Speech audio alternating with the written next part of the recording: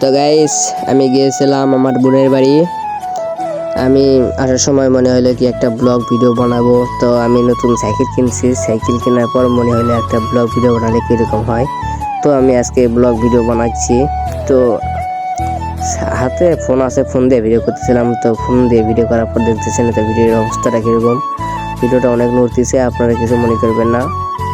তো আমার আবার ক্যামেরা নাই। তো আমি এই যে আমি যাচ্ছিলাম, আমার সামনে দিয়ে একটা ছেলে সাইকেল নিয়ে যাচ্ছে, ও আমার দিকে দেখতেছিল, আমি ভিডিও করতেছিলাম। তো আমার পিছনে পিছনে আসতেছে, আমি ভিডিও করতেছি।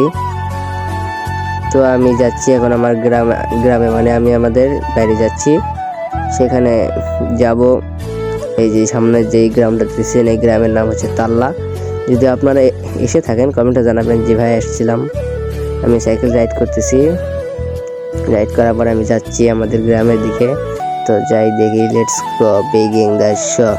তো জায়গা, আর আপনারা যদি ভিডিওটা দেখে থাকেন এই পর্যন্ত লাইক কমেন্ট করতে ভুলবেন না। আর আমাদের গ্রামের বাড়ি যে এরকম মাটির বাড়িও আছে, ইটের বাড়ি আছে, আপনাদের গ্রামে কি এরকম আছে আমাদের কমেন্টে জানাবেন।